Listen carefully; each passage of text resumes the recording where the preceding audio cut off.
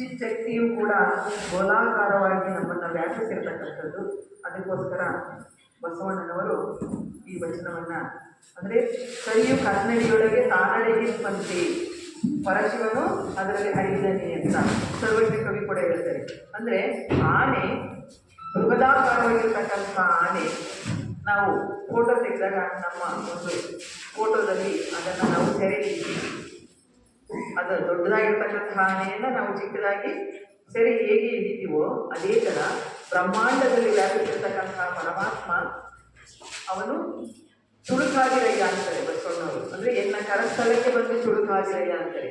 ಅಂತಹ ಬ್ರಹ್ಮಾಂಡದ ಆಕಾರವಾಗಿರ್ತಕ್ಕಂತಹ ಪರಮಾತ್ಮನ ಒಂದು ಶಕ್ತಿಯನ್ನ ಬಸವಣ್ಣನವರು ಇಷ್ಟಲಿಂಗದ ರೂಪದಲ್ಲಿ ನಮ್ಮ ಅಂಗೈಯಲ್ಲಿಯೇ ನಾವು ಇಟ್ಟು ಪೂಜೆ ಮಾಡಿಕೊಳ್ತಕ್ಕಂತಹ ಒಂದು ಅಪರೂಪದ ವ್ಯವಸ್ಥೆಯನ್ನ ನಮಗೆ ಕೊಟ್ಟಿರ್ತಕ್ಕಂಥದ್ದು ಇದು ಜಗತ್ತಿನ ಯಾವ ಧರ್ಮದಲ್ಲಿಯೂ ಕೂಡ ಇಲ್ಲ. ಅಂತಹ ಒಂದು ಮಹಾಭಾಗ್ಯ ನಮಗೆ ದೊರೆತಿರ್ತಕ್ಕಂಥದ್ದು.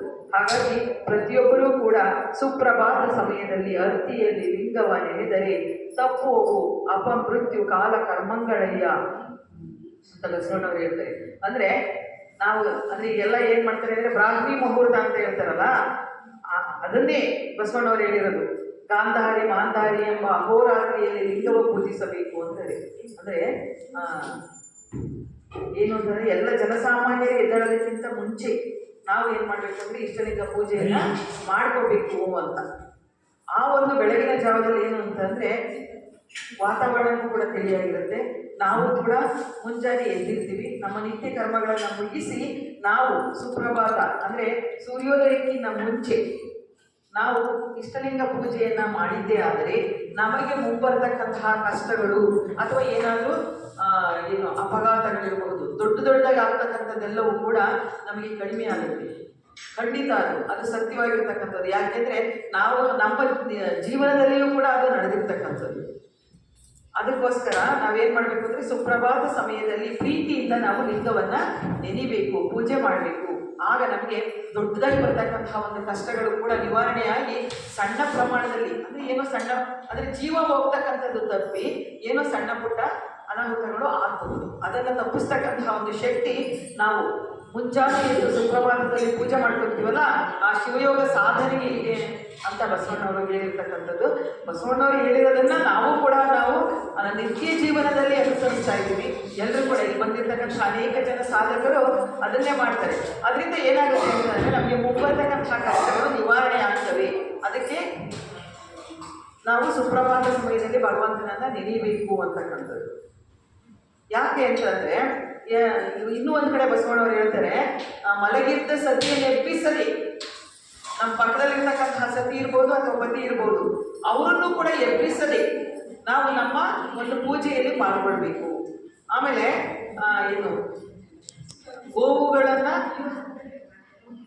ಹಿಡಿದು ಕಡಿಯದ ಮುನ್ನ ಅಂತಾರೆ. ಅಂದ್ರೆ ಆ ಒಂದು ಧ್ವನಿ ನಮಗೆ ಕೇಳೋದಕ್ಕಿಂತ ಮುಂಚೆನೆ ನಾವು ಭಗವಂತನನ್ನ ನಮ್ಮ ಅಂಗೈಯಲ್ಲಿಟ್ಟು ಆರಾಧಿಸಿದ್ದೆ ಆದರೆ ನಮಗೆ ಬರ್ತಕ್ಕಂತಹ ಕಷ್ಟಗಳು ನಿವಾರಣೆ ಆಗ್ತವೆ. ಅಂದ್ರೆ ಈಗ ಒಂದು ಪ್ರಾರ್ಥನೆಯನ್ನ ಮಾಡಿಸಿರಕ್ಕವರು, ಪ್ರಾರ್ಥನೆಯಲ್ಲಿ ವಿಶೇಷವಾಗಿರ್ತಕ್ಕಂತಹ ಶಕ್ತಿ ಇದೆ. ಮಾತಾಜಿಯವರು ಯಾವಾಗಲೂ ಹೇಳ್ತಾ ಇದ್ರು, ಅವ್ರು ಮಾಡ್ತಿದ್ದು ಕೂಡ ಆಗಿದೆ. ಅದರಿಂದ ಈ ಪ್ರಾರ್ಥನೆಗೆ ನಾವು ಏನನ್ನಾದರೂ ಕೂಡ ಸಾಧಿಸುವಂತಹ ಒಂದು ಶಕ್ತಿ ಇದೆ. ಅಂದ್ರೆ ಅಸಾಧ್ಯವಾದದ್ದನ್ನು ಕೂಡ ಸಾಧಿಸುವ ಶಕ್ತಿ ನಮ್ಮ ಪ್ರಾರ್ಥನೆಗೆ ಇದೆ. ಅದಕ್ಕೆ ಹೇಳಿದ್ರು, ನೀವು ಸಂಕಲ್ಪ ಮಾಡಿಕೊಂಡು ಪ್ರಾರ್ಥನೆಗೆ ಕುಳಿತುಕೊಳ್ಳಿ, ಆ ಪ್ರಾರ್ಥನೆಯಿಂದ ಏನನ್ನಾದರೂ ಕೂಡ ನಾವು ಸಾಧಿಸಬಹುದು ಅಂತಕ್ಕಂಥದ್ದು. ಹಾಗಾಗಿ ಪ್ರತಿಯೊಬ್ಬರೂ ಕೂಡ ಸಂಕಲ್ಪದೊಂದಿಗೆ ದಿನನಿತ್ಯ ನಾವು ಭಗವಂತನ ಒಂದು ಪ್ರಾರ್ಥನೆಯನ್ನ ಮಾಡಿದ್ದೇ ಆದರೆ ನಮಗೆ ಏನಾಗುತ್ತೆ ಅಂತಂದ್ರೆ ನಮ್ಮ ಮನಸ್ಸು ನಿರ್ಮಲವಾಗುತ್ತೆ. ನೋಡಿ, ನಾವು ಕೈಗಳಿಂದ ಪೂಜೆಯನ್ನ ಮಾಡ್ತೀವಿ, ನಮ್ಮ ಬಾಯಿಂದ ಮಂತ್ರೋಚ್ಚಾರವನ್ನ ಮಾಡ್ತೀವಿ, ಮನಸ್ಸಿನಿಂದ ಧ್ಯಾನವನ್ನ ಮಾಡ್ತೀವಿ ಅಲ್ವಾ? ಆ ಮೂರೂ ಕೆಲಸವೂ ಕೂಡ ಇಲ್ಲಿ ನಡೆದಿದೆ. ಅದಕ್ಕೋಸ್ಕರ ಈ ಮೂರೂ ಕೂಡ ದಿನನಿತ್ಯ ನಡೀಲೇಬೇಕು. ಪ್ರತಿಯೊಬ್ಬರೂ ಕೂಡ ಏನು ಅಂತಂದ್ರೆ ಹುಟ್ಟು ಸಾವು ಯಾವಾಗಲೂ ಕೂಡ ಇರ್ತಕ್ಕಂಥದ್ದು. ಹುಟ್ಟಿನಿಂದ ಸಾಯುವವರೆಗೂ ಕೂಡ ನಾವು ಏನು ಮಾಡಿದೀವಿ ಅಂತಂದ್ರೆ ಏನಾದರೂ ಒಂದು ಸಾಧನೆ ಮಾಡಬೇಕಲ್ಲ. ಅದಕ್ಕೋಸ್ಕರ ನಮ್ಮ ಪ್ರಾರ್ಥನೆ ಮತ್ತೆ ಈ ಒಂದು ಶಿವಯೋಗ ಮುಂದೆ ಮಾಡಿಸ್ತಕ್ಕಂತಹ ಶಿವಯೋಗಕ್ಕೆ ವಿಶೇಷವಾಗಿರ್ತಕ್ಕಂತಹ ಒಂದು ಶಕ್ತಿ ಇದೆ. ಅದಕ್ಕೋಸ್ಕರ ಇಲ್ಲಿ ಈಗ ಅಕ್ಕನವರು ಇಷ್ಟಲಿಂಗ ಪೂಜೆಯನ್ನ ಅಂದ್ರೆ ನಾವೆಲ್ಲರೂ ಕೂಡ ಈ ಇಷ್ಟಲಿಂಗ ಪೂಜೆಯನ್ನ ಮಾಡಿಕೊಳ್ಬೇಕು ಅಂತಾನೆ ಬಂದಿರತಕ್ಕಂಥದ್ದು. ಹಾಗಾಗಿ ನಿಮ್ಮ ಸಂಕಲ್ಪಗಳು ಏನೇನಿದೆಯೋ ಅದನ್ನೆಲ್ಲವನ್ನು ಕೂಡ ನಿಮ್ಮ ಮನಸ್ಸಿನಲ್ಲಿ ಪ್ರಾರ್ಥನೆ ಮಾಡಿಕೊಂಡು ಆ ಎಲ್ಲ ಸಂಕಲ್ಪವನ್ನ ಇಲ್ಲಿ ಈಡೇರಿಸಿಕೊಳ್ಳೋಣ. ಇನ್ಯಾರಾದರೂ ತಮ್ಮ ಅನುಭವವನ್ನು ಹೇಳದಿದ್ರೆ ಅಥವಾ ಅಕ್ಕವರು ಸಮಯ ಆಗ್ತಿದ್ರೆ. ಹಾಗಾಗಿ ಪ್ರತಿಯೊಬ್ಬರು ಕೂಡ ಇಷ್ಟಲಿಂಗವನ್ನ ಅಂದ್ರೆ ಇಲ್ಲಿ ಬಲವಂತ ಇಲ್ಲ, ಅಂದ್ರೆ ಆರಾಧನೆ ಮಾಡ್ತಕ್ಕಂಥವ್ರು ಇಷ್ಟಲಿಂಗವನ್ನ ಕಡ್ಡಾಯವಾಗಿ ಧರಿಸಿಕೊಳ್ಳಿ. ನಿತ್ಯ ಈಗ ನೋಡಿ ಮುಸಲ್ಮಾನರು ಏನ್ ಮಾಡ್ತಾರೆ, ಅವರು 4-5 ಬಾರಿ ನಮಾಜ್ ಮಾಡ್ತಾರೆ. ಕ್ರಿಶ್ಚಿಯನರು ಹೋಗಿ ಅವರು ಪ್ರಾರ್ಥನೆ ಮಾಡ್ತಾರೆ. ಪ್ರತಿಯೊಂದು ಧರ್ಮದಲ್ಲಿಯೂ ಕೂಡ ಇಲ್ಲಿ ಇರ್ತಕ್ಕಂಥದ್ದೇ. ಹಾಗಾಗಿ ನಾವು ಕೂಡ ನಮ್ಮ ಧರ್ಮದಲ್ಲಿ ಇರ್ತಕ್ಕಂಥ ವಿಶೇಷವಾಗಿರ್ತಕ್ಕಂಥದ್ದು ಇದು ನಮ್ಮ ಧರ್ಮ. ಅದಕ್ಕೋಸ್ಕರ ಪ್ರತಿಯೊಬ್ಬರು ಕೂಡ ಇಷ್ಟಲಿಂಗ ಪೂಜೆಯನ್ನ ಮಾಡಿಕೊಳ್ಳೋಣ. ಎಲ್ಲರೂ ಕೂಡ ಇಷ್ಟಲಿಂಗ ಪೂಜೆಯನ್ನ ಮಾಡಿಕೊಂಡು ನಮ್ಮ ಇಷ್ಟಾರ್ಥಗಳ ಬೇಡಿಕೆಗಳನ್ನು ಈಡೇರಿಸಿಕೊಳ್ಳೋಣ. ಅದರಂತೆ ಸದೃಢವಾಗಿರ್ತಕ್ಕಂಥ ಮನಸ್ಸನ್ನ ನಾವೆಲ್ಲರೂ ಕೂಡ ಹೊಂದೋಣ.